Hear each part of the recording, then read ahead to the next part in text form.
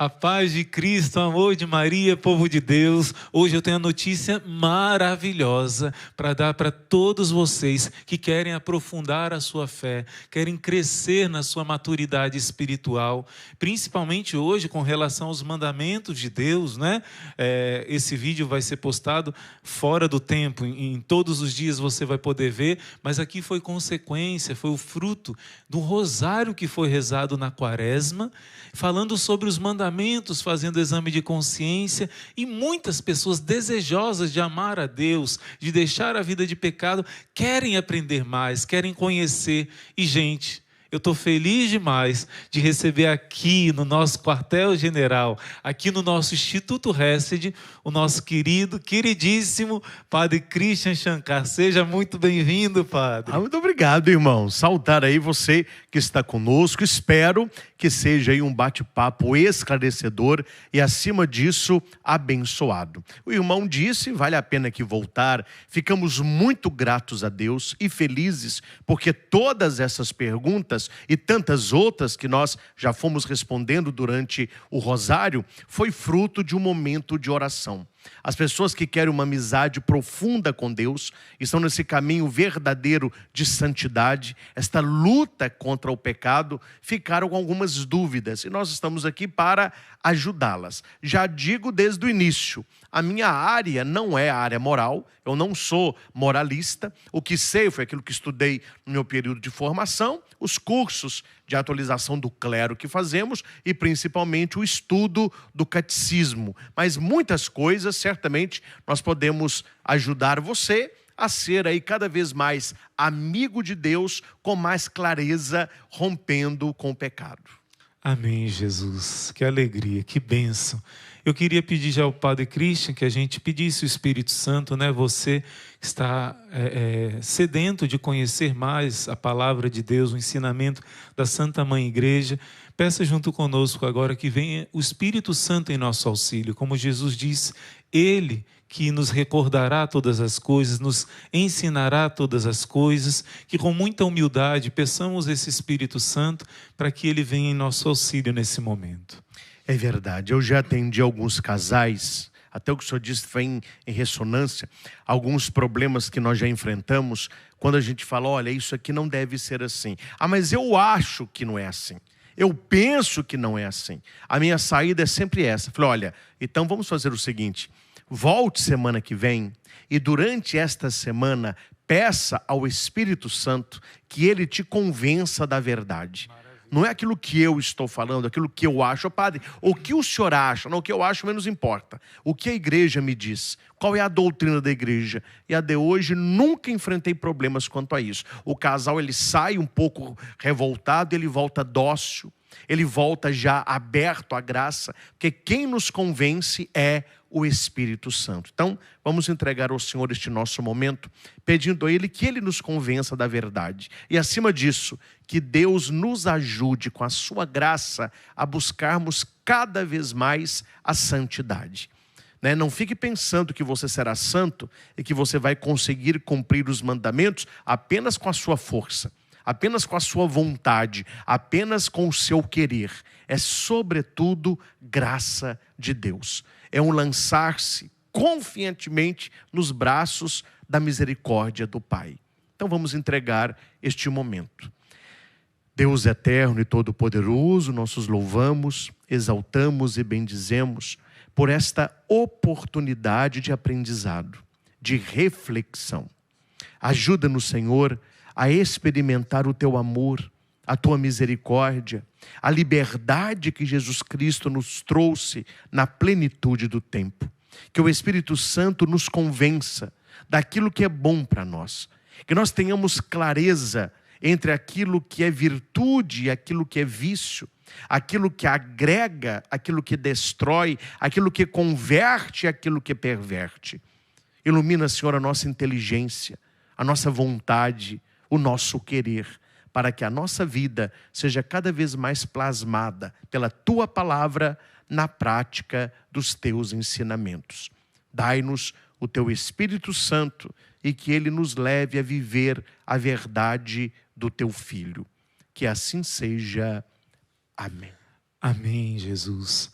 E assim, abertos ao Espírito Santo, nós queremos começar, né, esse diálogo, essas perguntas que vocês fizeram, né, talvez em nome de muitos outros que tenham dúvidas parecidas. A gente procurou recolher as dúvidas mais comuns entre todos aqueles que ficaram, né, querendo esse esclarecimento.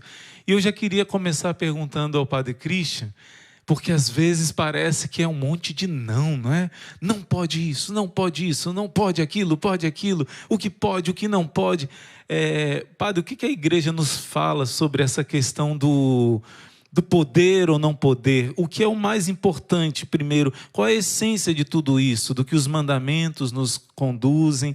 Será que existe um perigo assim da gente cair num moralismo sem sentido, né? Pois é, a pergunta do senhor é propícia, porque até uma historinha para ficar mais claro.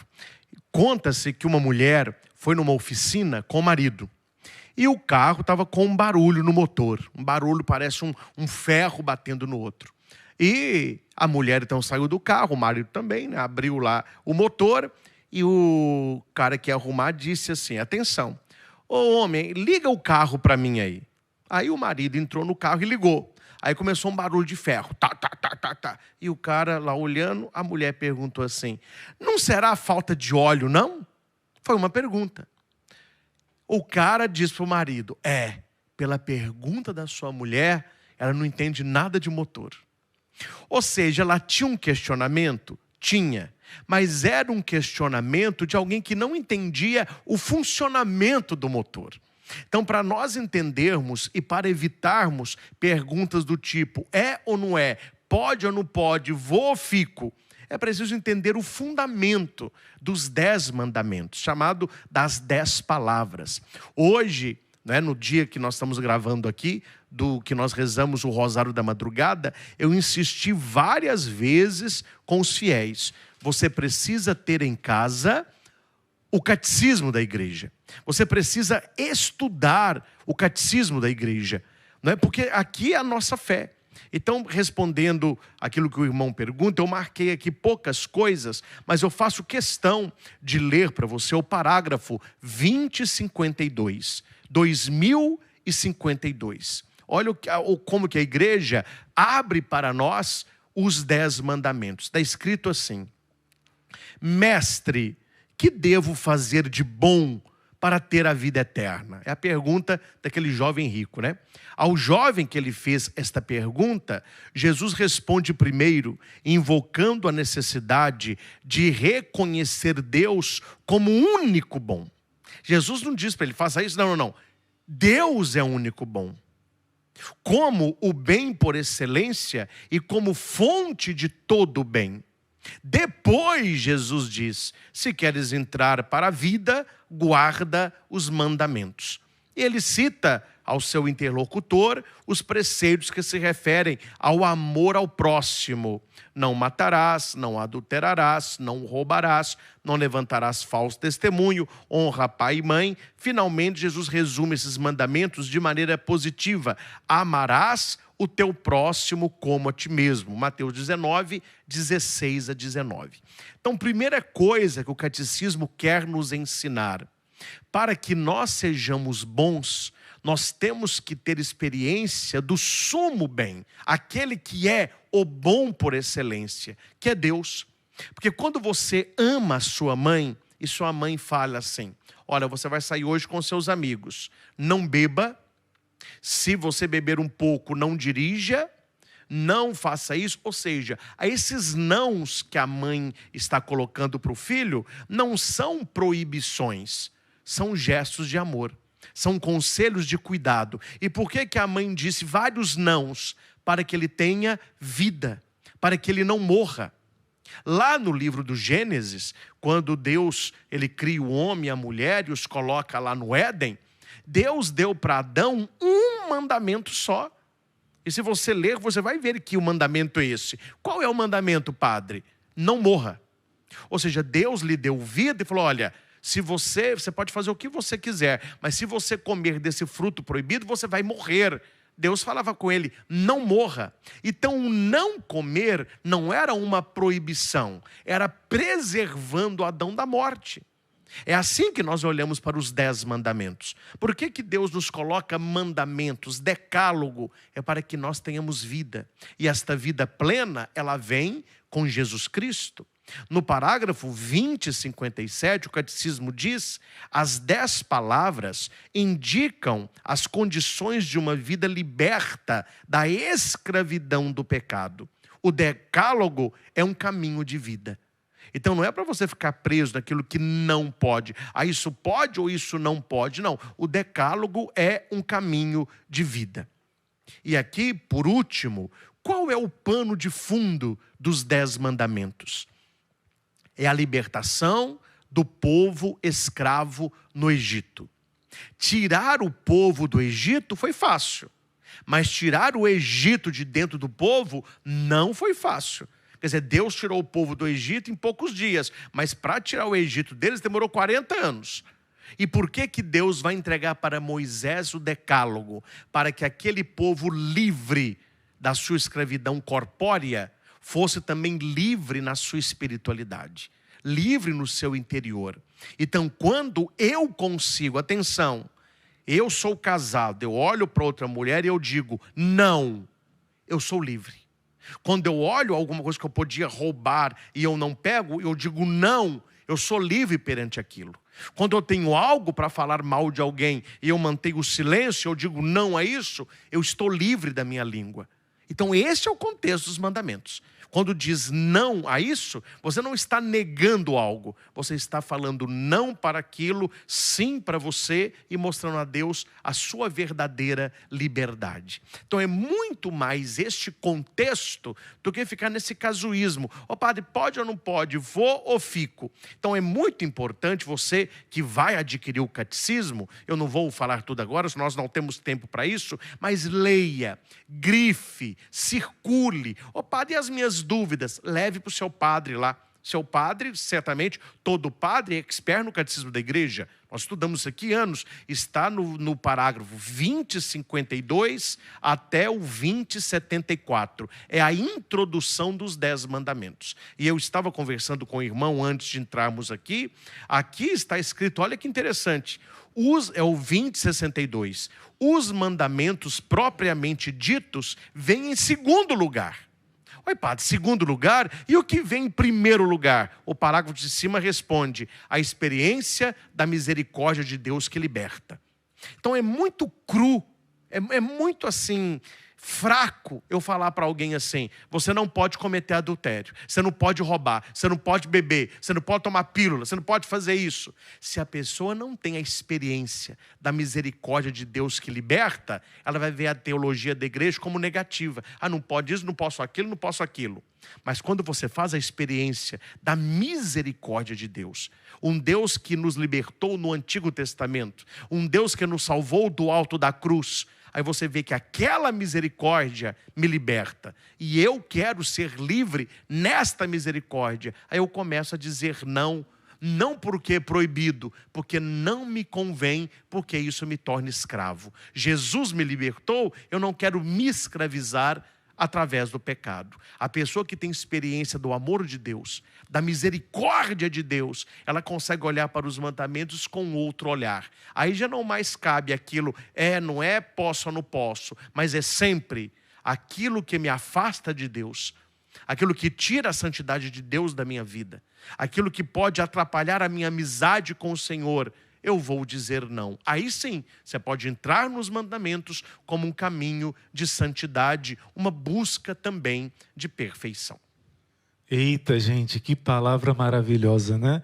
Já é diferente a gente olhar para os mandamentos com essa introdução. Só essa palavra que o Padre Christian trouxe para nós já dá outro olhar, não é? Não é como algo negativo, como Deus não quer que eu seja feliz, Que comparação maravilhosa. Grava essa palavra aí, vê mais uma vez isso que o padre, a gente vai esclarecer, o padre vai colocar aqui, tirar essas dúvidas, mas só essa introdução, quando o padre falou do exemplo da mãe, não é? Quando sua mãe diz não, é alguém que te ama. Então, se você não teve ainda uma experiência com o amor de Cristo, peça agora. Se quiser, você pausa esse vídeo um minutinho agora e peça: Senhor, Pai do céu, em nome do teu Filho Jesus, dai-me uma experiência pelo teu Espírito Santo com o teu amor trinitário, o teu amor de Pai, o teu amor de dar a vida por mim na cruz.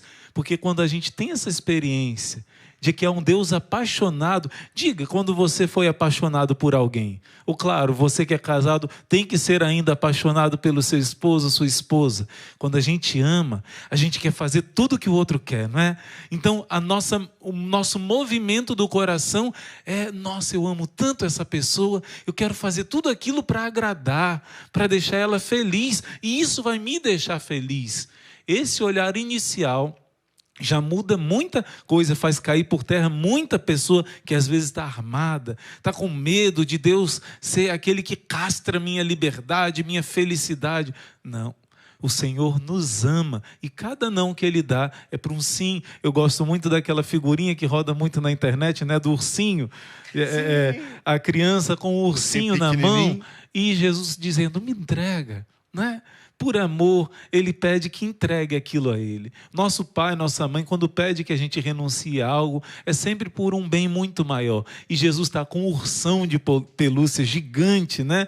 Para dar algo muito melhor, muito maior. Que lindo a gente começar nessa perspectiva do amor de Deus. Tudo aquilo que o Senhor nos fala nos seus mandamentos vai ter um sentido verdadeiro na sua vida, se você acolher isso que o Padre falou hoje. Essa experiência de um Deus que é seu Pai, que te ama e que te dá o mesmo mandamento de Adão: meu filho, não morra, não perca a sua felicidade, que é estar junto comigo, né? Então, nessa perspectiva, vamos começar propriamente as perguntas. Vamos lá, E antes gente. da primeira, irmão, só mais uma consideração Sim. breve. São Paulo vai dizer o seguinte: a carne, ela tem aspirações contrárias ao espírito. Aí você tem que ter na sua mente o seguinte: eu quero alimentar mais a minha carne. Quando fala carne, são as paixões desordenadas, o humano. Ou eu quero fortalecer o meu espírito.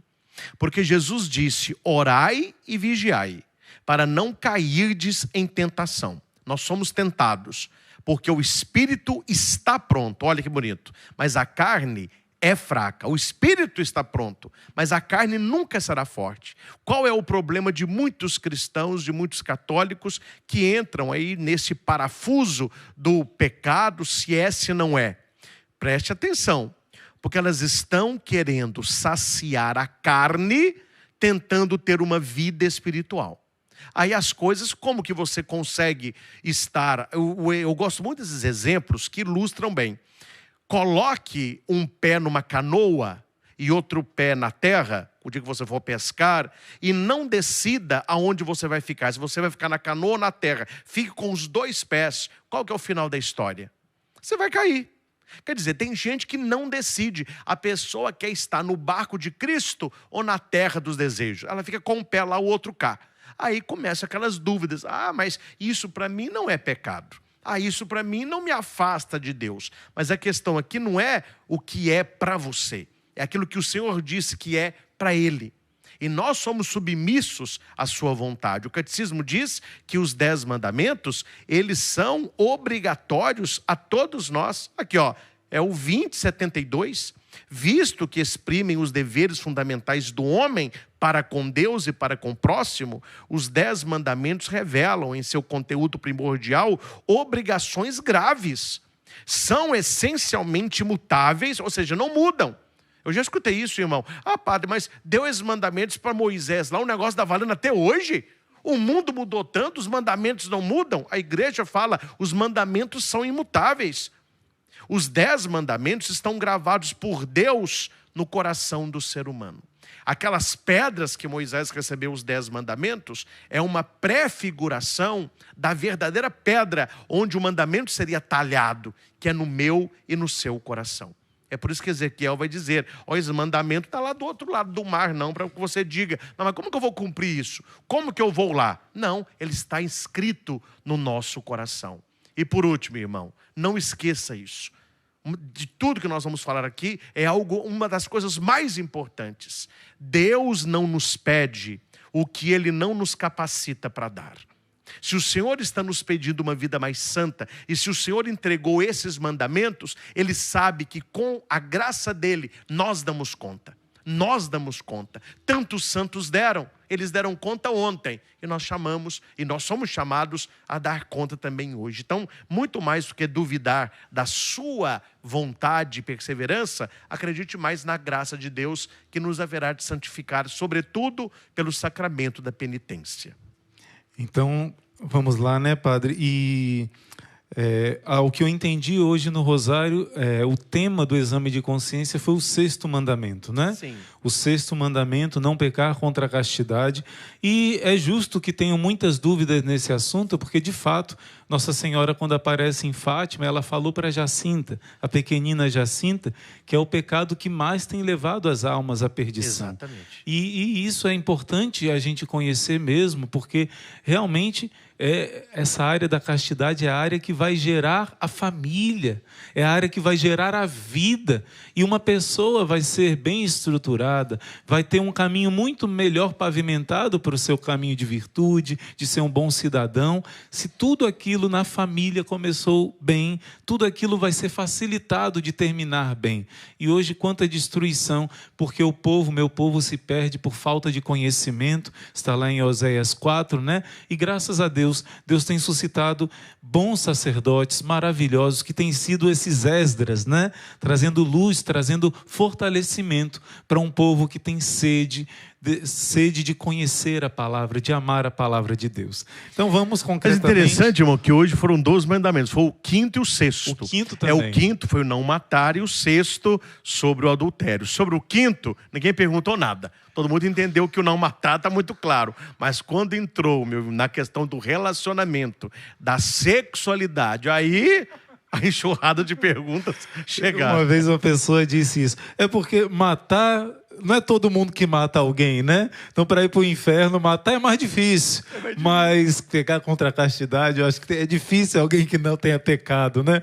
Não tenha caído. Embora que o pecado contra a castidade também tenha levado a tantas criancinhas mortas, né? Consequências piores. Talvez, uma vez eu ouvi isso também, o pecado não é o pior pecado. Existem pecados piores, existe pecado contra o Espírito Santo, existem pecados terríveis, mas o contra a castidade é aquele pecado que inicia, ateia e leva a tantos outros. Santo Afonso vai dizer, né? Ele vai confirmar isso também antes das aparições de Fátima, que é o que mais leva para a perdição. É aquilo que você pensa que é uma besteirinha, mas... Como o padre disse no início, por não amar a Deus acima de tudo, aquilo vai se tornando um ídolo na nossa vida e vai levando a gente à perdição. Então vamos começar a primeira pergunta hoje, bem geral, padre. Padre, o que a igreja entende pela castidade? Tá. Olha, só mais um, é porque é tanta coisa, irmão. Cada pergunta dessa seria um vídeo de meia hora. Seria uma aula. Então nós seremos bem pontuais, não é? E você vai procurar esse conhecimento. Nós vamos falar de muitos casos aqui, que são chamados na igreja de casuística. Cada caso é um caso, mas no geral nós vamos aqui responder de maneira breve para também ajudar a vocês a terem um conhecimento mais profundo. No catecismo, eu falei sobre isso, está lá no 6º mandamento, é o 2331, 2331 para frente. Não é? E o catecismo nos ensina que a castidade significa uma integração correta da sexualidade da pessoa. Agora, existem níveis de castidade. Para você entender o que é a castidade, você precisa entender o que é fidelidade, o que é doação e o que é totalidade. A castidade, ela é vivida de acordo com o estado da vida da pessoa. Eu, como padre, sou chamado a viver a castidade. O irmão é chamado a ser casto. O marido e a mulher é chamado a viver a castidade. Aí alguém perguntou, acho que até uma outra pergunta. Ô padre, eu sou casada, como que eu vou viver a castidade? Eu não posso ter relação com o meu marido? Quer dizer, ela está levando a castidade apenas para aqueles que a vivem na continência. Não é? Então o catecismo mesmo vai dizer, as pessoas casadas são convidadas a viver a castidade conjugal. E o que é a castidade conjugal? É um ser fiel ao outro, é fidelidade. É você não ter relacionamento extraconjugal. Existe também a castidade da viuvez. A pessoa que já foi casada, ela já teve relacionamento, tem filhos, tem netos, morreu a esposa ou o marido, ela não quer um outro relacionamento, ela não quer se casar de novo, ela vai viver a castidade. Existe a castidade da continência, são aqueles que fizeram o voto da castidade, também os jovens, os namorados, não é? Que se mantêm castos até para os que vão casar o momento das núpcias, e para o religioso, aí sim, é a continência, é não ter relação sexual. Então aqui eu já respondi várias coisas aí, não é? A continência, a castidade, esta integração e que ela desdobra na amizade. O catecismo vai dizer, no parágrafo 23, 47, que a virtude da castidade, ela vai florescer na amizade. Nós podemos ser amigos de todos. E entre os amigos, aqueles que têm a vocação ao matrimônio, irão então escolher o seu par. Penso que aqui já deu para você entender claramente o que vem a ser esta castidade. Padre Christian, foi uma benção essa resposta. O senhor já respondeu a primeira, a segunda e a terceira. Que né? Maravilha! Como o senhor disse, o senhor já respondeu aqui, um homem viúvo diz, como o viúvo pode viver a castidade, pode se casar novamente? O senhor acabou de responder, né? Você, como viúvo, como viver a castidade, sua continência, agora se pode casar novamente, né? Tem pessoas que têm essa dúvida também, é importante esclarecer. A Carla também tinha essa pergunta sobre a castidade, o senhor acabou de responder. Como que um casal pode viver no matrimônio, viver a castidade, né? O senhor disse aqui com muita clareza. A fidelidade. E eu aproveito a pergunta da Carla aqui, mas eu digo, padre, além da fidelidade, por exemplo, eu sou casado com uma pessoa, já tudo direitinho, mas será que teria algum problema eu ir para um motel, um lugar onde acontece tantas coisas ruins com meu esposo, ou então alugar um filme, daqueles filmes assim bem exóticos, pornográficos, né? Para poder assistir com meu esposo e ter algo diferente no meu matrimônio? Existiria algum problema em fazer isso? Aí aqui está no Catecismo 23:51 para frente, ofensas à castidade. Gente, isso tem que ficar muito claro. Nós não estamos respondendo, vamos ser mais claros. A sua esposa, esse problema é mais do marido, né, irmão? Eu nunca ouvi dizer que uma mulher está levando coisa pornográfica, o marido vê. Eu escuto muito o contrário, porque quem nos procura muito são as mulheres. As pessoas têm que ter na cabeça o seguinte, gente, que a sua esposa, ela não é uma prostituta. Isso tem que ficar claro para você. Credo, padre. Não, mas eu estou falando a coisa clara. Porque se você fica assistindo coisas pornográficas, ali não há um amor erótico. Ali há um amor pornótico. Entre o casal é preciso ter o erotismo. Padre, o que é o erotismo? É a atração do homem pela mulher e a mulher pelo homem. É vocês terem essa atração, que é um presente de Deus no ato da criação, para que vocês possam ter relacionamento sexual que é unitivo e procriativo. Agora, o que você não pode é transformar o erotismo em pornografia. E aqui no Catecismo diz, no 23:54, que a pornografia consiste em retirar os atos sexuais da intimidade dos parceiros, e ela ofende a castidade porque desfigura o ato conjugal. Aí você fica vendo uma porcariada dessa e você quer imitar com a sua esposa. Ah, padre, não tem nada a ver. Tem tudo a ver. Porque a nossa mente, ela tem uma característica que se chama neuroplasticidade. Tudo que você manda para a sua mente, ela recebe aquilo e ela vai plasmar, configurar a sua vida de acordo com o que você pensa. Por isso é importante os programas que a gente vê, as conversas que a gente tem, as leituras que a gente faz, porque tudo isso vai aflorar na nossa vida. Aí nós temos hoje casais doentes por causa da pornografia. Casais que querem resolver problemas conjugais assistindo filme sexual. Comprando aqueles aparelhinhos de brincar. Ah, bem, vamos brincar na cama, vamos ser criativo. Isso aí, meu filho, é uma brecha para que o diabo entre e faça do seu leito conjugal, que é algo sagrado, um lugar de prostituição. Então aqui nós temos a luxúria, a masturbação, a fornicação, a pornografia, a prostituição e o estupro como pecados graves contra a castidade. E devemos evitar essas coisas. Por fim, irmão, só eu não sei se vai ter uma pergunta sobre isso, nós precisamos ter, e aí vai um apelo, né, que também os padres façam, que as paróquias pudessem promover eventos para os casais, para aprofundarem a questão da sexualidade e a questão da genitalidade. Parece que os casais, ou pelo menos alguns deles, têm na cabeça que o sucesso do matrimônio é sexo. Se tem sexo, o meu matrimônio é maravilhoso. Se não tem sexo, o meu casamento é uma desgraça. Pode ter tudo o que for. Por quê? Porque ele não está vivendo a sua sexualidade, que é algo ampla. Ele está vivendo a genitalidade. Por isso que muitos casais hoje se separam com frequência por questões genitais. E não por questões apenas sexuais, porque a sexualidade ela é maior. E não confunda sexualidade com sensualidade. Se a primeira é criação de Deus, a segunda é pecado. Você ficar se insinuando para as pessoas, para os outros, aqui vai dizer a questão da própria roupa, a questão do namoro de beijos quentes, prolongados, a mão, não é, que vai percorrendo, tudo isso nós devemos ter aí, não é, um freio moral, pedindo sempre a graça de Deus. E aquilo que você não dá conta, faça como José do Egito, fuja. Fuja, porque senão você vai cair na tentação. Ser tentado não é pecado, pecado é consenti-lo.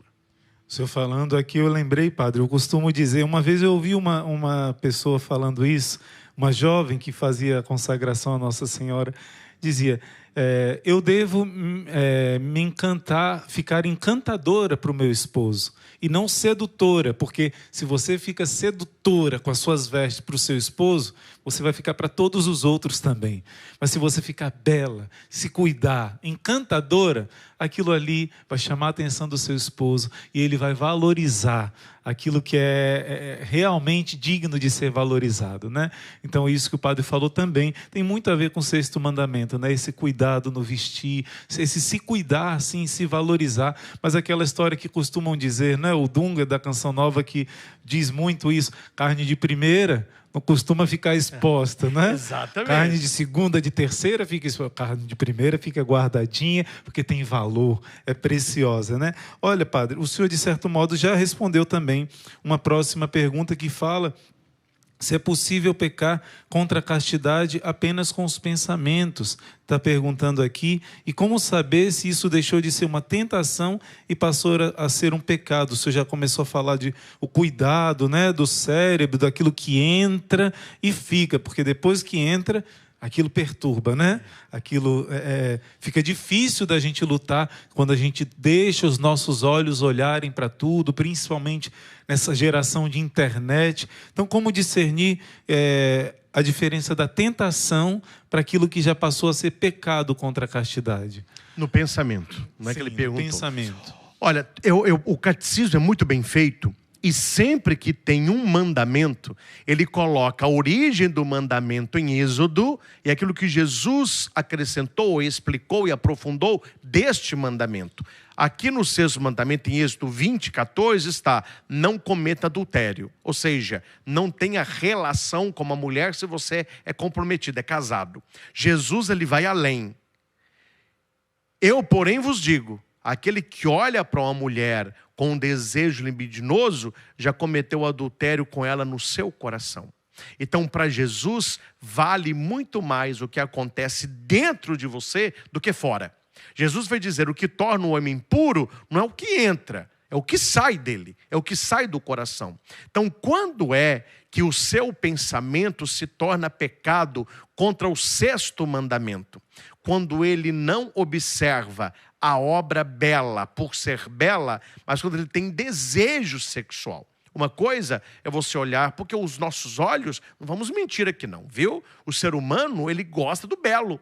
Ele gosta daquilo que é bonito. Tanto é que nós temos muitos museus. O ser humano gosta disso. Você olha, nossa, que quadro, que arranjo de flor. A gente está aqui no Hesed, tanta coisa bonita. Fala, nossa, o ser humano gosta disso. Você vê uma pessoa bonita, bem vestida, fala, nossa, que pessoa bonita. Isto é um observar a criação. É você contemplar o belo.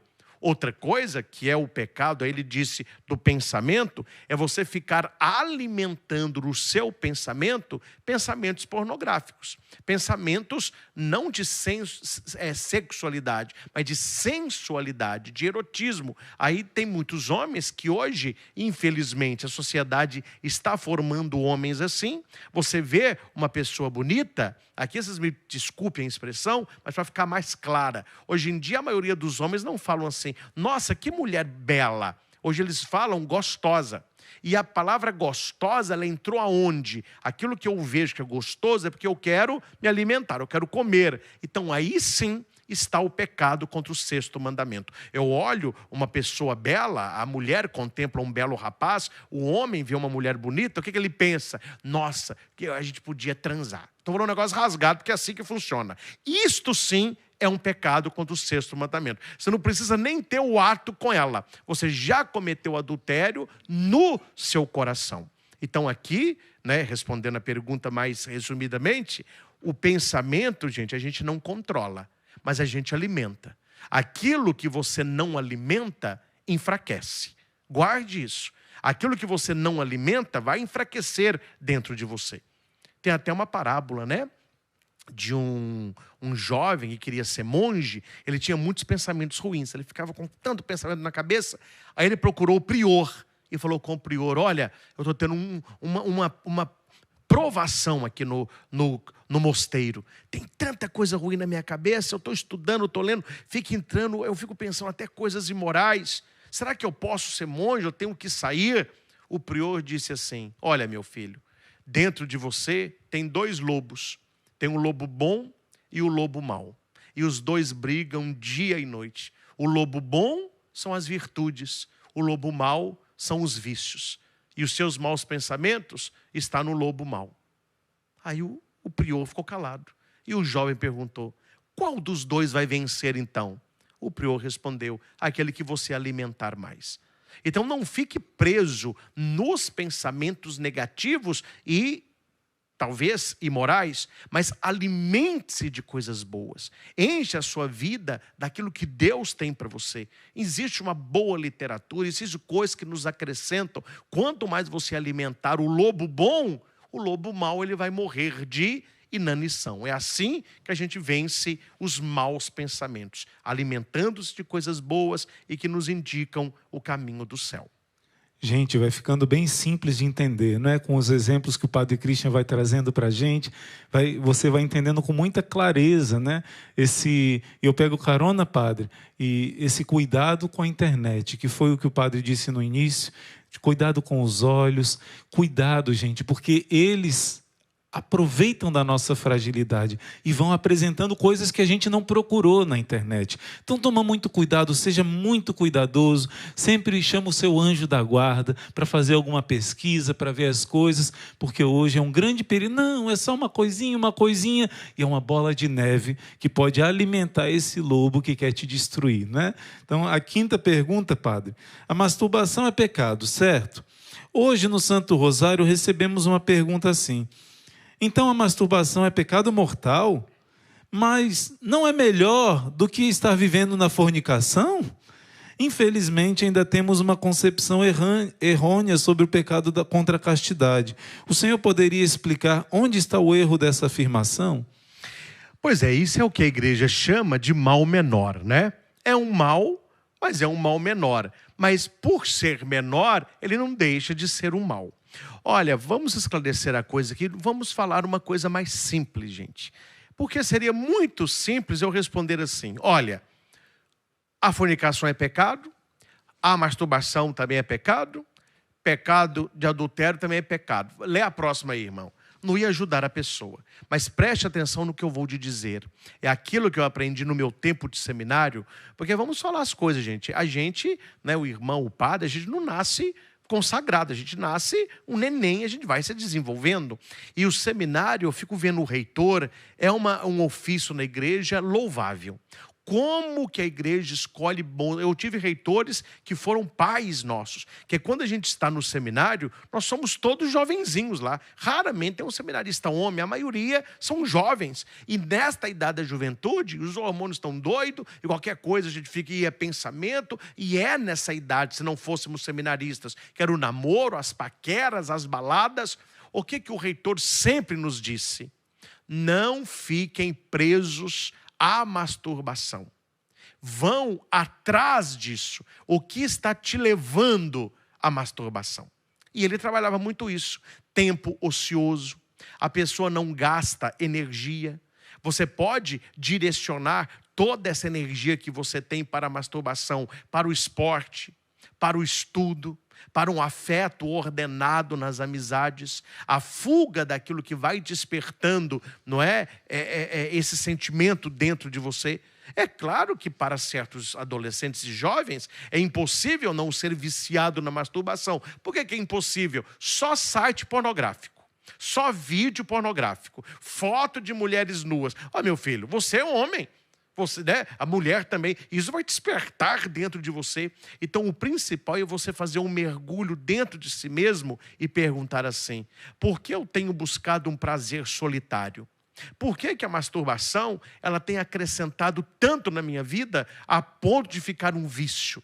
Ela está ocupando qual lacuna na minha vida, não é? E quando você descobrir qual é essa carência interna, sem fazer esforço nenhum, você verá que aquilo que é diário passa a ser semanal, aquilo que é semanal passa a ser mensal. Quando você assustar, isso já não faz parte da sua vida. Porque você não combateu a consequência, mas você foi a causa. E a causa é sempre um prazer solitário. E o prazer solitário é fruto de uma insatisfação profunda. Então esse mergulho você deve fazer. E outra, gente, não vamos ficar fugindo pela tangente, pegando o mal menor, né? Ah, eu estou no caminho de santidade, porque o meu marido mata, rouba e bebe. Eu só bebo. Não, mas o que isso interfere? Por que a gente cita pecados maiores para diminuir o menor? Ah, mas eu roubei 1000, o outro rouba 1 milhão. Entendeu? Então precisamos ter este mergulho naquilo que acontece dentro de nós. É aquilo que Jesus fala, né? O que torna o homem puro não o que vem de fora. Então, o que está acontecendo no seu coração, aí talvez um desvio muito da genitalidade, da imoralidade, do erotismo, que nos faz também escravos desse tipo de comportamento. Maravilha, padre. A gente tem que ir na raiz, gente. Vamos na raiz, não só nos sintomas, só, mas vamos lá na raiz do problema, né? Eu confesso para vocês que eu tinha essa dificuldade tremenda durante alguns anos. E quando eu tive a minha experiência de entender que a missa era Jesus dando a vida por mim, era tanto choro, era tanta lágrima, era tanto amor, que é ali que foi a cura. Porque a raiz é a falta desse amor, essa experiência desse amor. Então, vamos na raiz do problema. Qual é a carência? Qual é o problema? Né? Vamos descarregar essa energia na atividade, na caridade. Eu conto brevemente, padre, também tem um causozinho aqui, né? Um livro muito especial de uma mística italiana que conta sobre a vida de Jesus, a mística Maria Valtorta, e durante o meu período de câncer, eu pude ler aqueles 10 volumes, né? Foi algo que ajudou muito a minha espiritualidade. E ali, uma vez, não foi exatamente a questão da castidade, mas serve também. Enquanto o senhor falava, eu lembrava. Pedro ficou com muita raiva de Judas, num determinado momento. E Jesus pediu, eles iam ter que preparar um cordeiro para eles comerem, alimentar os 12 e tudo. E naquele momento tinha que cortar lenha. Pedro estava com tanta raiva, tanta vontade de dizer coisa e de dar em Judas, que ele pegou o machado e ele deu com tanta força naquela lenha e pegou 3 vezes mais lenha do que precisava e carregou aquele negócio pesado, vermelho de raiva, carregando, descontou toda aquela energia da raiva no trabalho, no serviço para os 12. E quando ele foi carregando a lenha na frente de todo mundo, caminhando rápido, André começou a rir do seu irmão e Jesus elogiou. Veja, meu filho, ele faz isso para se controlar, para não pecar, é por amor. Então, isso, quando o padre falou da raiz, né? Desconta no esporte, desconta na caridade, desconta... Vamos transformar essa energia que Deus colocou em nós em amor e não em prazer egoísta. Naquilo que Deus nos deu de potencialidade para gerar a vida. Se eu tenho a vocação do matrimônio, vamos esperar o tempo certo, vamos fazer tudo direitinho, abençoado por Deus, e pega essa energia que Deus te deu e transforma em caridade. Visita os abrigos dos velhinhos, visita os orfanatos, visita os irmãos de rua, faz caridade, que já vai ocupar esse espaço, né? Igual dizia o Frei Junípero, quando no recreio dos franciscanos diziam assim, Frei Junípero, cada um respondeu, quando vem a tentação, o que eu faço? Eu começo a fazer a disciplina, eu vou me confessar, eu faço isso, eu começo a fazer um exercício. E o Frei Junípero, e você? O que você faz quando vem a tentação? Eu digo assim, a casa já está cheia, está ocupada, não tem espaço para você, pode ir embora. Quer dizer, o seu coração já está bem ocupado. Quando o padre falou da ociosidade, né? Se você está bem centrado no amor a Deus e preenchido desse amor, Ele vai te dar força, né? Muito maravilhosa essa resposta. Vai na causa desse problema, meu irmão. Não fica só na periferia, não, né? Até eu atendi um casal, aqui é um exemplo pequenininho, não é? Não vou contar muito não, porque eles são de Divinópolis. Ele fala, ai padre, não fala meu nome não. Mas eu atendi um casal, qual que era o problema do casal? Aí a mulher fala, não padre, era meu sonho. É que o homem, ele trabalhava, era um homem mais forte, ele ficava muito nervoso. E o jeito dele acalmar era fazendo sexo com a mulher dele. E era um sexo assim, ela falava que era mais violento, não é? Era mais, não é? As amigas falavam, nossa, meu sonho, meu sonho. Mas ela me procurou, não é? Que estava preocupada. E olha, gente, como que eu ia ajudar nessa situação? O que eu fiz? Eu conheço um pouco o marido e sei que ele gosta de coisas de corpo, de musculação, etc. Aí eu fui e alguém falou, olha, convida ele para entrar para a sua academia de luta, para ele descarregar a raiva aqui. E o cara aceitou o convite, né? Porque o professor, eu conheço lá de Divinópolis, chamou. Aí a mulher falou, padre, ele entrou. Eu falei, então agora você aguarda. E não demora. Não demorou 4 semanas. Ela falou, padre, ele voltou a ser aquele marido do início do casamento. Hoje a gente faz amor, né, com carinho, né? Diminuiu o número de vezes, mas aumentou o próprio prazer, quer dizer, né? Está ali. E a raiva dele, ele está descontando aonde? Na academia de luta, batendo lá no saco, lá, etc. Que ele tem lá um saco grande. Quer dizer, ele é casado. Então, ele esvaziava essa tensão dele tendo relacionamento com a mulher. Geralmente, a pessoa solteira, ela vai para qual caminho? Para a masturbação. Então, é aquilo que nós estamos aqui dizendo, né? Busque o fundamento, enche o seu coração da caridade, do amor de Deus, gaste a sua energia com outros lugares e não fique fissurado nisso. Porque aí já é neurociência, aí já é nossa cabeça. O que você nega, a sua cabeça afirma. Quanto mais você ficar negando e se maltratando, mais desejo você terá. Então, lide com naturalidade, vá vivendo a sua vida, vá ocupando com coisas boas, que isso aí vai saindo lentamente. Assim que a luz. Quando você acende uma vela e você vai andando nos cômodos da sua casa, aonde a vela vai chegando, a escuridão ela vai saindo lentamente. É isso que você deve fazer. Permitir que a luz de Deus vá iluminando as trevas também da nossa sexualidade. Amém. E quando você for se aconselhar com o padre, você reza primeiro pelo padre, pede a ele, o Espírito Santo, a sabedoria divina, né? Porque, olha só, o padre Christian deu esse conselho e resolveu o problema. Foi ali na raiz do problema. Então, para que o sacerdote tenha sabedoria e você tenha a sabedoria para colher os conselhos que ele for dar, né? Para poder resolver o problema na raiz. Vamos lá, padre. Olha aqui, duas perguntas muito parecidas. Deixa eu ver aqui. Um está perguntando se os noivos se amam, sabem que vão casar. Será que tem problema, né? Ter relação sexual ou se atenua? E o outro... parecido também, muitas mulheres perguntam assim: casais que não são casados na igreja, em que um se nega a casar, o outro também está em pecado, um casal de segunda união pode se remir? Eita, peraí, essa aqui. Vamos para a primeira antes. Casais... não, é a sexta e a sétima, perdão. Casais que não receberam o sacramento do matrimônio, na linguagem popular, são casados na igreja, vivem em pecado mortal? Pronto. Essa aqui é muito semelhante, a gente praticamente já respondeu, né? Casais que estão juntos. E a sétima, que é assim: se os noivos se amam, sabem que vão casar, será que atenua? Será que é menos grave? Ou pode também viver a fornicação? Não, aqui eu vou responder essa com um exemplo muito claro.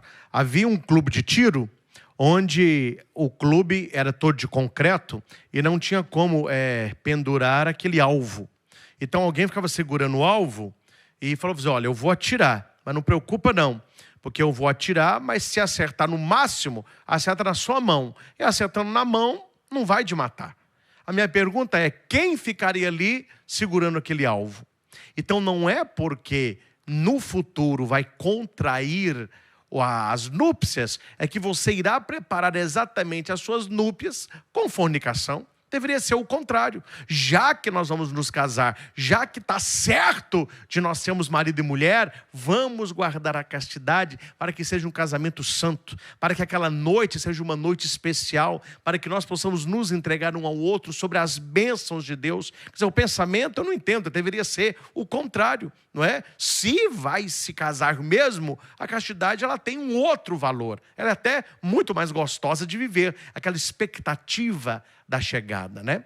A outra pergunta aqui sobre um dos dois, eles não são casados e um dos dois não querem se casar.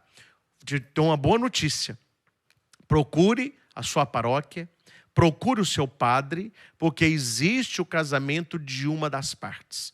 Você não pode ser condenada pelo pecado que é do outro. Quer dizer, como que você vai obrigar o outro a se casar na igreja com você?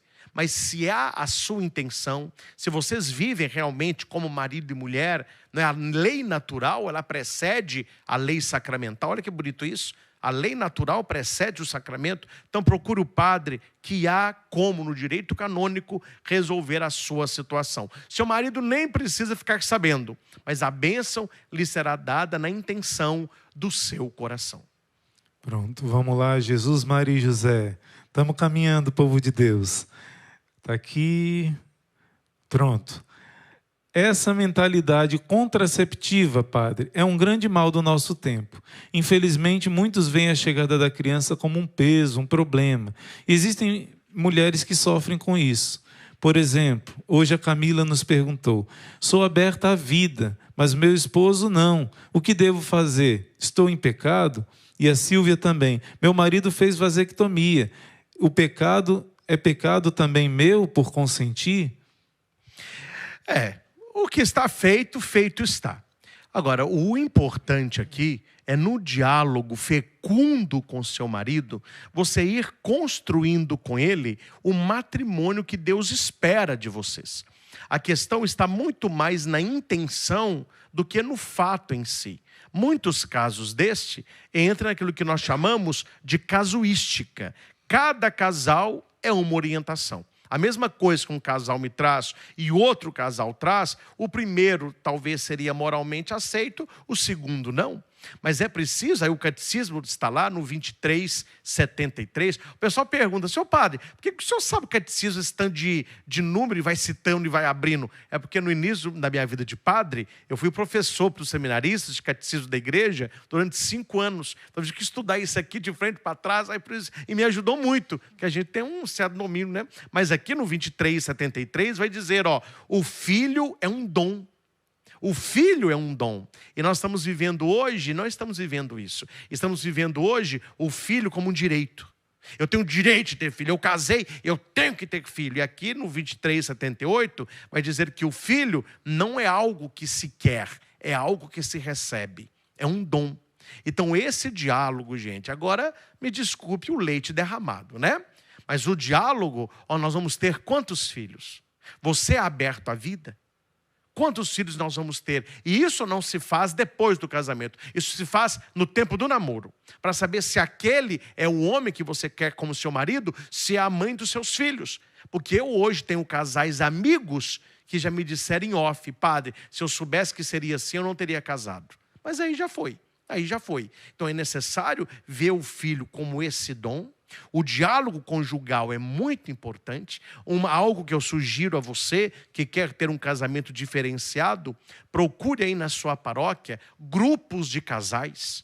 Tem o SC, tem equipes de Nossa Senhora, tem a tenda dos casais. São movimentos e pastorais que têm salvo inúmeros casamentos, com aula, com curso, com fundamento na palavra, para que o casal entenda o que Deus espera de nós. A maioria de perguntas aí, irmão, sobre questão de matrimônio, se vai, se fica, se pode, se não pode, é uma falta de entendimento. O que é um matrimônio? Por que eu me casei na presença de Deus? É a historinha do início. Tem um defeito no motor, mas a pergunta mostra que a pessoa não entendeu nada de carro até agora. Ela está na periferia do seu casamento. Então é preciso este olhar também, né, de Deus para Ele, que é a origem, né, e o fundamento de todo o matrimônio. Né? O casamento já está lá atrás. Quando Deus está com Adão e Eva, Ele vai dizer: o homem deixará pai e mãe e se unirá à sua mulher, e os dois serão uma só carne. Tudo vem daí. Para você entender a teologia do matrimônio, a questão dos pecados matrimoniais, as ofensas ao matrimônio, você tem que voltar lá a Adão e Eva, mergulhar profundamente em Jesus Cristo, porque Jesus assumiu o lugar de esposo, a humanidade é a esposa, a igreja é a esposa. Aí você vai em São Paulo vai aprofundar aquilo que Jesus fez pela igreja, o marido faça pela mulher. Aí ele vai dizer o marido como cabeça, quer dizer, Jesus, cabeça da igreja. Ninguém quer armar o seu corpo, então o corpo da mulher pertence ao marido, o corpo do marido pertence à mulher. Olha aí, já respondeu quantas perguntas isso aqui? Então a gente precisa ir ao fundamento da questão. E o catecismo tem tudo isso, não é? Mas penso que essas colocações ajudam não apenas estes casais, a tantos outros a terem um olhar assim diferenciado a respeito da sua união matrimonial, que é mais do que um casamento. Casamento, os dois se unem. Matrimônio, Deus os une. Maravilha. E você que está no namoro, você que está no noivado, acolhe essa palavra. Não tenha medo de perder o seu namorado, o seu noivo, sua noiva. Por quê? Porque vocês precisam conversar sobre isso. Às vezes a pessoa fica com medo. Não, padre, mas se eu conversar com ele sobre esse assunto e vai entrar em divergência e a gente vai ver que não dá certo, eu vou perder essa pessoa que eu gosto tanto. É hora de você descobrir agora quem é essa pessoa. É hora de entrar nesses assuntos agora, conversar, pedir para conhecer. Talvez possa pensar de forma errada, porque não conhece, né? Talvez os dois juntos, que vocês que já são católicos, pegam o catecismo juntos, porque você precisa decidir agora. Como o padre disse, depois não adianta chorar o leite derramado. Irmão a gente não escolhe, pai, mãe a gente não escolhe, mas o esposo, a esposa é com você. Né? Deus te dá a luz, te dá a ajuda se você quiser. Mas tenha coragem, né? Tenha coragem nessa fase de namoro, de noivado, de conversar sobre essas coisas. É tempo de conhecer a alma, não é tempo de conhecer o corpo. Conhecer o corpo é o complemento, é depois do casamento. Mas agora você precisa conhecer a alma dessa pessoa que você pretende se casar para o resto da sua vida, né? Então tenha coragem de acolher essa palavra do padre. E a questão é simples, irmão, porque se não perder agora, perde depois. Pior. Porque há momentos pior no casamento que não será possível o relacionamento sexual. E ali é onde o casal tem que estar mais próximo. Eu conheço casais onde a moça, profundamente devota, de vez em quando cedia para o namorado, com medo do namorado ir embora. Porque o namorado falava: eu não aguento ficar sem sexo. Então ela quieta, eu fiquei sabendo disso depois que o leite tornou. Então ela cedia. Mas a desculpa é essa: não, nós vamos nos casar. Ela se casou. Durante a gravidez, ela estava de gêmeos, muita dor, o marido querendo relacionamento sexual. Ele falou: filho, olha o tamanho da minha barriga, olha o meu estado. Ele já começou então a pular cerca. Ela teve um parto um pouco complicado e ela ficou, por causa de uma cirurgia, alguns meses sem poder ter relacionamento sexual. O marido não aguentou, saiu de casa. Quer dizer, se lá atrás ele falasse: olha, você não dá conta de ficar comigo e renunciar a isso, ele falasse: não, sem sexo eu não dou conta de ficar com você. Era um sinal de, num matrimônio, ele também não daria. Quer dizer, ela não perdeu o namorado, mas acabou perdendo o marido. Muito né? pior. Muito né? pior. Muito pior. Quem não aguenta antes, gente, vai aguentar depois. Né? E no futuro, no casamento, vai ter enfermidade, vai ter viagem, vai ter... E se a pessoa não começa, o que o padre falou ontem, equilibrar as suas paixões... Aí não tem jeito. Estourar no casamento é muito pior. Escolhe bem quem você vai casar. Escolhe bem, porque o que Deus uniu, o homem não separa. E Deus vai te ajudar a fazer essa escolha. Verdade. Vamos lá, gente. Hoje no Santo Rosário, uma jovem perguntou: eita, essa aqui é cabeluda, padre. Trabalho em farmácia e eu tenho que vender as coisas da farmácia. E tem a pílula do dia seguinte... Né? Que essa pílula mata a criancinha que é concebida já no ventre da mãe. Isso seria pecado mortal, já que eu estou colaborando com a morte do bebê? Eita, Jesus! Eita. Pois é, isso que nós chamamos de pecado indireto, né? É o chamado na teologia moral de mal menor, mas não deixa de ser um mal. E eu tenho uma resposta assim, muito clara, porque aconteceu um caso praticamente idêntico na cidade de Itaúna, que é onde eu nasci, que fica pertinho de Divinópolis. Uma pessoa começou a trabalhar num hotel que virou motel. E ela então se sentia muito mal em limpar o quarto, em lavar aqueles lençóis. Ela ficava imaginando o que aconteceu. O que ela fez? Ela colocou na presença de Deus. Falou: meu Deus, eu quero santificar o teu nome até no meu trabalho.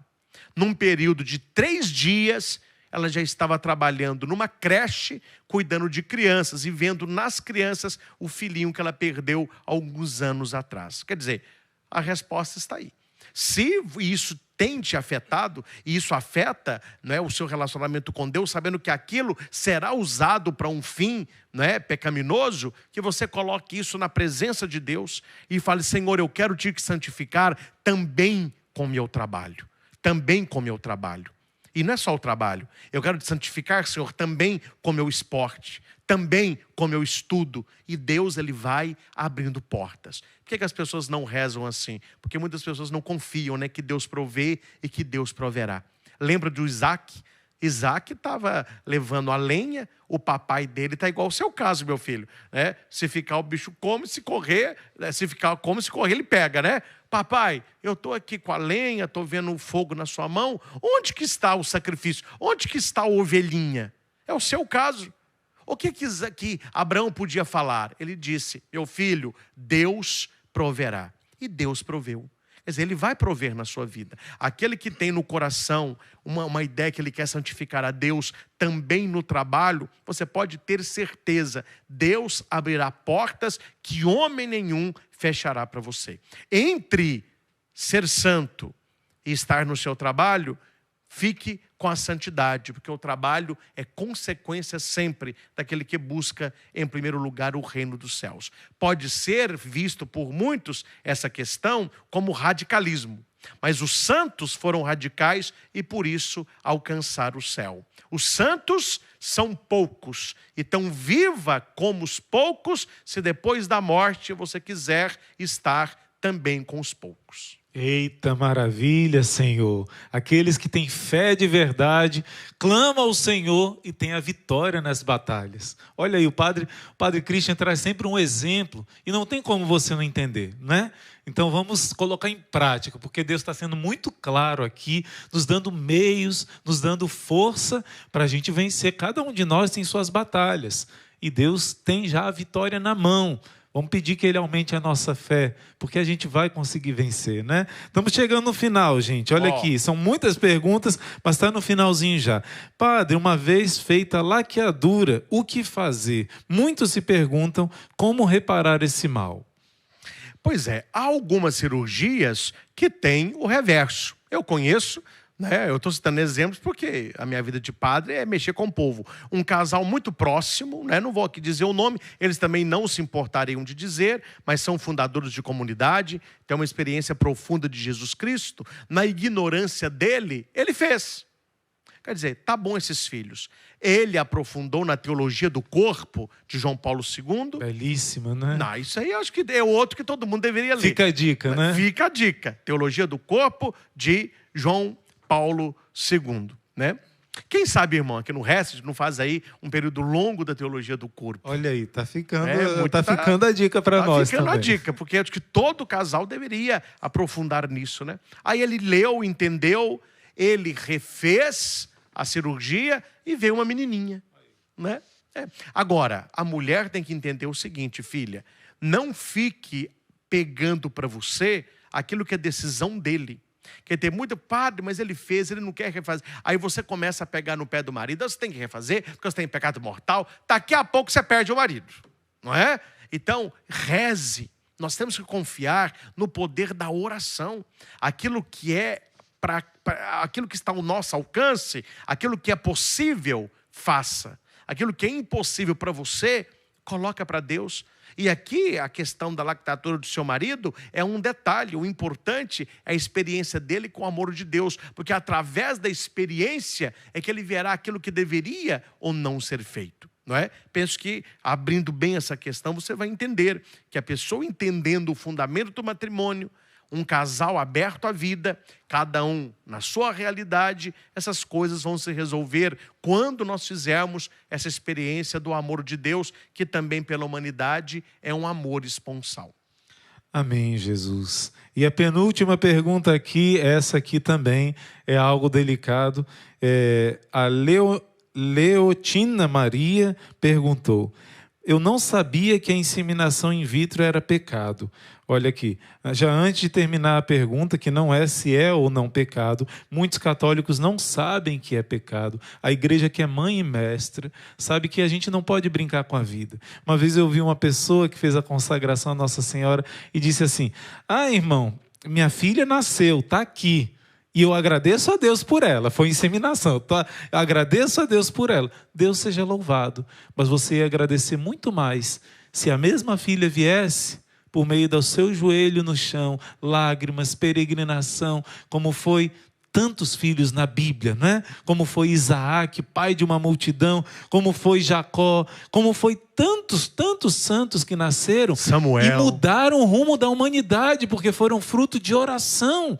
Então, claro, o seu filho é um dom, mas o detalhe, o irmão Emanuel Maria estudou sobre isso, é que milhões de criancinhas são fecundadas, e você sabe, a igreja ensina que ali é uma vida, e são descartadas, jogadas fora, como Herodes fez lá em Belém, como o faraó fez lá no Egito. São mortas essas criancinhas para que você tenha um filho in vitro. Obedece à igreja, né? Mas essa guerreira está dizendo: olha, eu não sabia que era pecado. Por isso que eu dei esse parêntese. Você que não sabia, agora saiba, né? Mas eu já tive uma netinha que nasceu dessa forma, um neto, não é? Que nasceu dessa forma. E o outro agora está in vitro, já está fecundado lá. E agora o que eu faço, padre? Pois é.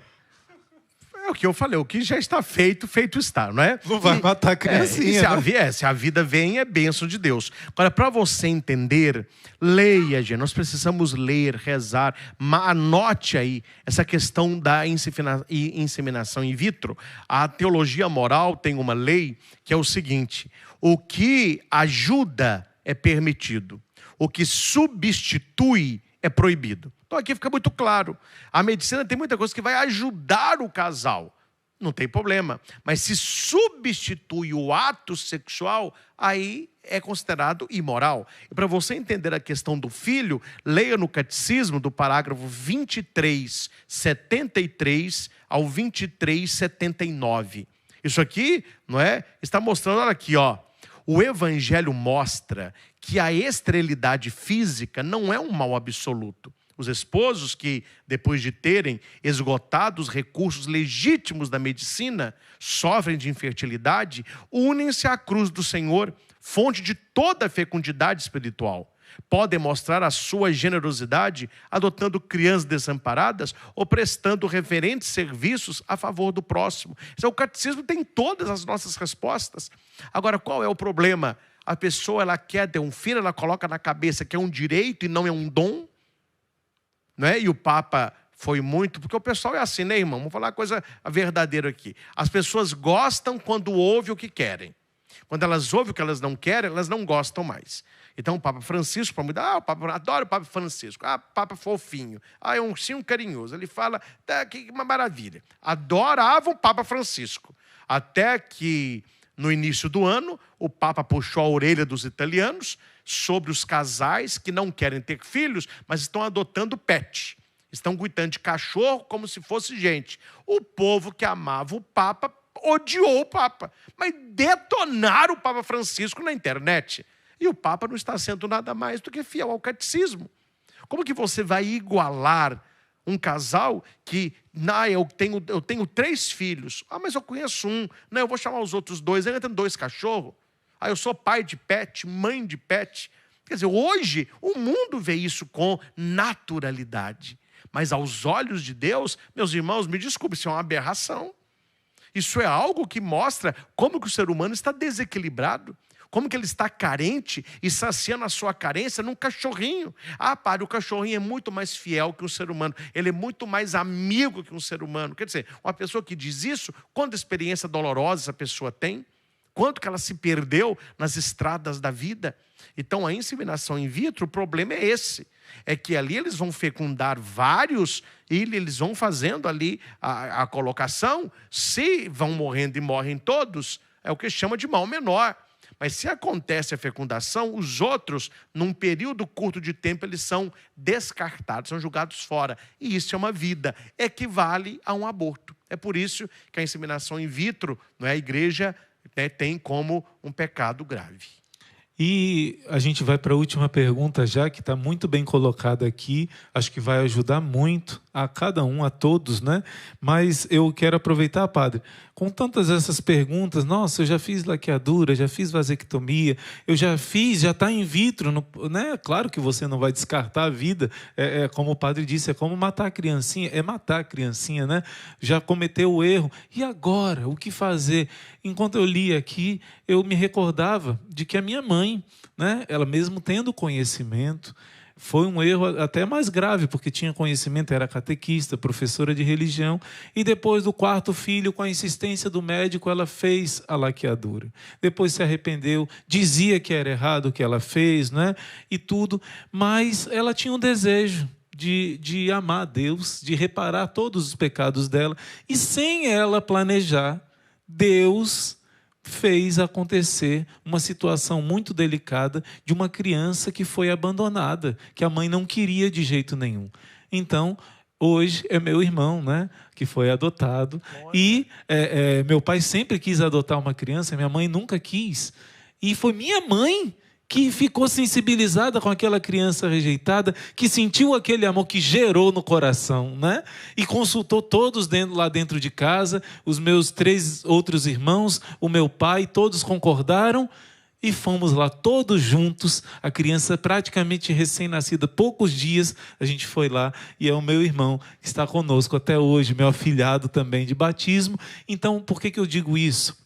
Porque se você tem no desejo do seu coração esse desejo de amar a Deus, de olhar para a cruz do Senhor e dizer: Senhor, eu quero também dar minha vida pelos meus irmãos, por aqueles que sofrem, Deus vai providenciar de uma maneira muito tranquila essa forma de reparar os seus erros com uma caridade, com aqueles que precisam. Tenha o seu coração aberto à caridade. Todos esses pecados apontam para um egoísmo, né? Os pecados na sexualidade e outros também apontam para autossatisfação. O Papa João Paulo II fala na Teologia do Corpo, Adão e Eva, quando foram criados, era natural o impulso da autodoação. Fazer o outro feliz é o que me preenche. Mas depois do pecado original, a tendência foi da autossatisfação. Pegar o outro, usar para o meu prazer e depois jogar fora.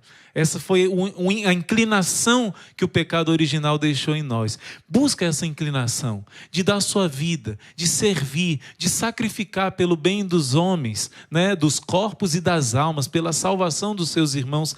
Deus vai dar os meios de você reparar. Se entrega ao amor de Deus, olha para a cruz de Cristo e Deus vai providenciar. E por último, só uma consideração importante, que o pecado, para ser pecado, ele tem que ter conhecimento, intenção e ato. Porque muitas pessoas falam, padre, eu fiz, mas eu não sabia. Se você não sabia, você não pecou. Sim. Mas eu preciso confessar, é bom para tirar isso da sua cabeça, porque agora você sabe que é. Mas se você não tem o conhecimento, você não pode ser imputado como pecado, né? Sim. Sim. Pronto, muito importante conhecer isso. E essa pergunta, o padre está cheio do Espírito Santo, ele já vai respondendo a próxima, sempre na anterior, né? O Espírito Santo vai conduzindo. Essa é a última, gente, que é muito interessante.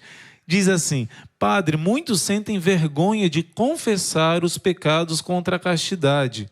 Há algumas orientações que podem ajudar nesse aspecto, e essa última pergunta, a gente encerra nosso esclarecimento, que já foi bastante dúvidas, né? Bastante esclarecimentos. Como é que a gente faz para poder vencer essa dificuldade, né? Quais as orientações que o senhor pode dar para confessar esses pecados? Pois é, mas vamos alargar a pergunta aqui, não é? As pessoas não têm dificuldade para confessar pecado de castidade, eles têm dificuldade de confessar qualquer pecado. É entender o que vem a ser o sacramento da confissão. Um abraço misericordioso do Pai. Santo Afonso Maria de Ligório vai dizer que nós deveríamos ter vergonha de pecar e não de confessar. E que é o próprio mal que coloca no nosso meio esta aversão do sacerdote. Esse tremer as pernas na hora da confissão. Então ele vai contar, Santo Afonso, que nos seus livros vai contar que o exemplo que ele dá é um homem que tinha uma grande dívida e que ele foi chamado à delegacia para ser perdoado. Aí ele pergunta, esse homem entraria tremendo ou alegre? Quer dizer, todos vão dizendo, ele entraria alegre, ele seria perdoado. Aí ele pergunta, então por que nós temos vergonha de chegar ao sacerdote, sendo que nós não vamos pagar a dívida, mas vamos alcançar o perdão? E aqui, meus irmãos, na confissão, todo padre que é bom confessor, ele sabe atender confissão. Então você não tem que ficar contando uma história para o padre. Padre, eu vim contar a história do senhor do meu pecado da castidade. Até o cabelo do padre fica até em pé. Não tem que contar não. Padre, eu pequei contra a castidade. Você está expressando o pecado, você sabe no coração qual é, e Deus sabe a sua vontade de ser perdoado. Geralmente o padre não vai perdoar, mas o que pecado? O que você quer me falar? Não, você já está reconhecendo, não é? Então não tenha vergonha nem desse e nem dos outros. Não há pecado que ninguém antes de você não tenha feito. Não há pecado que o padre não tenha escutado. E ali não é um lugar de condenação, é um lugar de um abraço misericordioso do Pai. Eu falo, gente, um exemplo, não é? Confessionário é igual uma latrina. Ali você vai julgar o pior que você tem, para que você saia leve, saia perdoado, saia reintegrado, saia amigo profundo de nosso Senhor. Então, não tenha vergonha. O padre, ele é muito mais, e ele o ministro da misericórdia, do que aquele que vai te condenar. Os bons confessores, não é? E aqueles que estudam ainda mais profundamente para isso, eles vão orientar você a ter um caminho novo, até um caminho mais próximo a Deus, mas jamais um xingamento, igual meu irmão. Aqui eu posso contar com tranquilidade, né? Eu não me lembro, eu podia contar, não tem problema, ele conta isso para todo mundo, que a primeira vez que ele foi confessar, ou a segunda, sei lá, ele foi num padre muito velhinho, e ele falou com o padre que fez alguma coisa. Eu não lembro se era masturbação, se era que brigou, faltou de missa. Eu sei que o padre deu um beliscão nele. Não faça isso. Meu irmão ficou anos sem confessar. Ele voltou a confessar depois que eu ordenei padre. Um dia eu estava lá em casa e falou, senhor Cristian, atende a minha confissão. Aí eu sentei no quarto, pus a estola. Ele falou, tem anos que eu não confesso por causa disso. Então veja como que uma experiência negativa do amor de Deus afasta a pessoa da confissão, né? E meu irmão, por mais seco que ele é, mais distante, mais reservado, ele sempre diz, eu confesso é com o meu irmão. As pessoas falam com ele, você é doido? Se eu tivesse um irmão que era padre, mas o padre Cristo, eu ia esconder pecado. Não, ele conta tudo, eu oriento e ele sempre sai com um abraço misericordioso. E eu finalizo com aquilo que diz Santo Afonso Maria de Ligório. A atração para o pecado, tanto quanto o medo de confessar, é do demônio. Então não alegre o coração do mal, tendo vergonha do abraço do pai. Pelo contrário, o filho pródigo, quando viu o pai e recebeu túnica, anel e sandália, ele se alegrou pelo perdão. Ele teve dúvidas se ele poderia voltar, mas ele nunca duvidou que o pai o amaria, porque o viu de longe. Nós devemos ter medo de pecar e nunca de confessar.